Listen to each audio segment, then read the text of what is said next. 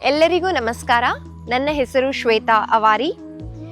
ನೀವು ನಿಮ್ಮ body ಫ್ಲೆಕ್ಸಿಬಿಲಿಟಿನ improve ಮಾಡಬೇಕು ಮತ್ತು ವೆಯ್ಟ್ ಲಾಸ್ ಮಾಡಬೇಕು ಅಂತ ಅನ್ಕೋತಾ ಇದ್ದರೆ ನಾನು ನಿಮಗೆ ಇವತ್ತು 3 ಆಸನ ಹೇಳ್ಕೊಡ್ತೀನಿ.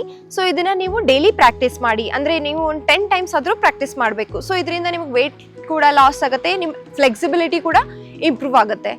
ಬನ್ನಿ ನೋಡೋಣ ಏನು ಮಾಡೋದು ಅಂತ.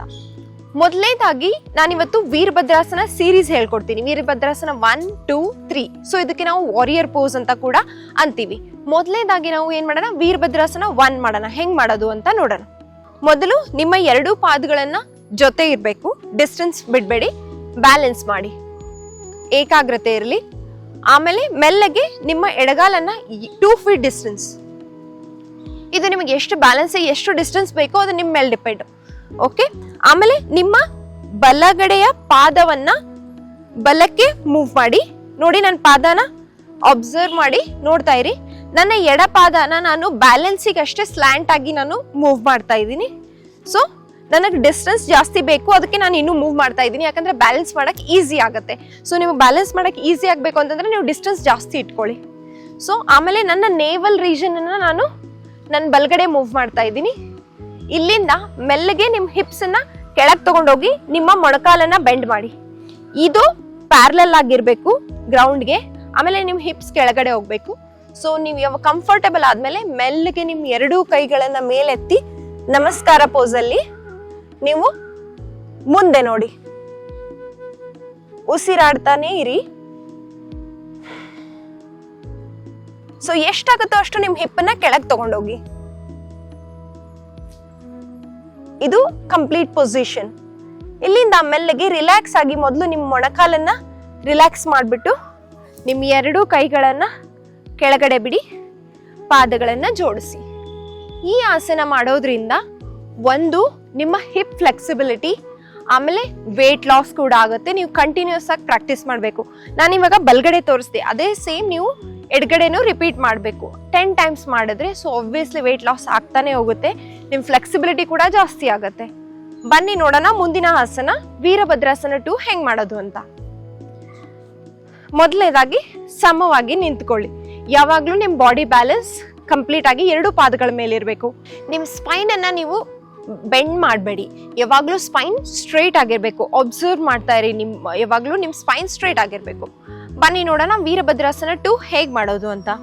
ಮೊದಲು 2 ಫೀಟ್ ಡಿಸ್ಟೆನ್ಸ್, ಸೇಮ್ ನಿಮಗೆ ಎಷ್ಟು ಡಿಸ್ಟೆನ್ಸ್ ಬೇಕೋ ಅಷ್ಟು ಡಿಸ್ಟೆನ್ಸ್ ತಗೊಳ್ಳಿ. ನನ್ನ ಬಲ ಪಾದವನ್ನ ಬಲಕ್ಕೆ ಮೂವ್ ಮಾಡ್ತಾ ಇದ್ದೀನಿ, ಎಡಗಡೆ ಪಾದನ ಸ್ಲ್ಯಾಂಟ್ ಆಗಿ ಮೂವ್ ಮಾಡಿದ್ದೀನಿ, ನಂಗೆ ಬ್ಯಾಲೆನ್ಸ್ ಮಾಡಕ್ ಬೇಕು ಅಂತ. ನಿಮ್ ನೇವಲ್ ಈ ಕಡೆನೇ ಇರಬೇಕು. ಇವಾಗ ನಾನು ಏನ್ ಮಾಡ್ತೀನಿ, ನನ್ನ ನೇವಲ್ ಸ್ಲೋ ಆಗಿ ಮೂವ್ ಮಾಡಿಬಿಟ್ಟು 2 ಕೈಗಳನ್ನ ರೇಸ್ ಮಾಡಿ ನನ್ನ ಮೊಣಕಾಲನ್ನು ಬೆಂಡ್ ಮಾಡ್ತೀನಿ. ಬಟ್ ನನ್ನ ನೇವಲ್ ಯಾವಾಗ್ಲೂ ಈ ಕಡೆನೆ ಪಾಯಿಂಟ್ ಮಾಡ್ತಿರುತ್ತೆ, ಕಣ್ಣು ಮಾತ್ರ ರೈಟ್ ಸೈಡ್ ಇರಬೇಕು. ನಾನು ಇವಾಗ ರೈಟ್ ಸೈಡ್ ಪೋಸ್ ಮಾಡ್ತಾ ಇದ್ದೀನಿ. This is the end posture. ಎಷ್ಟಾಗುತ್ತೋ ಅಷ್ಟು ನಿಮ್ಮ ಹಿಪ್ಸ್ ಅನ್ನ ಡೌನ್ ಮಾಡಿ. This is the end posture. Look straight and keep breathing. ಇಲ್ಲಿಂದ ಮೆಲ್ಲಗೆ ನಿಮ್ಮ ಮೊಣಕಾಲನ್ನ ರಿಲೀಸ್ ಮಾಡಿ, ಕೈಗಳನ್ನ ರಿಲೀಸ್ ಮಾಡಿ, come back to the position. ಇದನ್ನು ವೀರಭದ್ರಾಸನದ ಒಂದು ವೇರಿಯೇಷನ್, ವೀರಭದ್ರಾಸನ 2 ಅಂತ ಹೇಳ್ತೀವಿ. ಇದರಿಂದ ನಿಮ್ಮ ಶೋಲ್ಡರ್ ಫ್ಲೆಕ್ಸಿಬಿಲಿಟಿ, ನಿಮ್ಮ ಹಿಪ್ ಫ್ಲೆಕ್ಸಿಬಿಲಿಟಿ, ಮತ್ತೆ ಆಮೇಲೆ ನಿಮಗೆ ಸ್ಟ್ರೆಂತ್ ಕೂಡ ಬರುತ್ತೆ. ಆಮೇಲೆ ವೇಟ್ ಲಾಸಿಗೆ ಕೂಡ ಹೆಲ್ಪ್ ಆಗುತ್ತೆ. ನೀವು ಮಾಡ್ತಾ ಹೋದಂಗೆಲ್ಲ, ನೀವು ಬ್ಯಾಲೆನ್ಸ್ ಮಾಡ್ತಾ ಹೋದಂಗೆಲ್ಲ ಪೋಸ್ಚರ್ ಕರೆಕ್ಟ್ ಆಗಿ ಬರುತ್ತೆ. ಇವಾಗ ವೀರಭದ್ರಾಸನ 3. ವೀರಭದ್ರಾಸನ 3 ಅಂದ್ರೆ ಇದು ಕಂಪ್ಲೀಟ್ ನಿಮ್ಮ ಬ್ಯಾಲೆನ್ಸಿಂಗ್ ಮೇಲಿದೆ.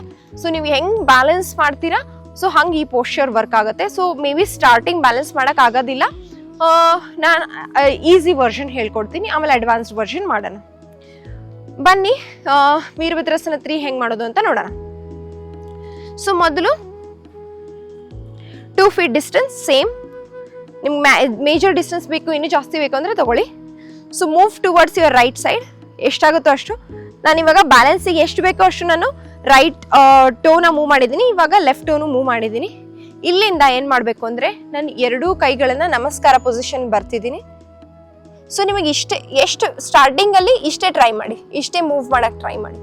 ಇಷ್ಟಾದ್ರೂ ಓಕೆ ಬ್ಯಾಲೆನ್ಸ್. ಇಲ್ಲಾಂದ್ರೆ ನಿಮ್ ಕೈಗಳೂ ಆಗಲ್ಲ ಅಂತಂದ್ರೆ you can take the support and try to balance. Once you are comfortable ಆದ್ಮೇಲೆ ನೀವು ಕೈಗಳನ್ನ ಲಿಫ್ಟ್ ಮಾಡ್ಬೋದು.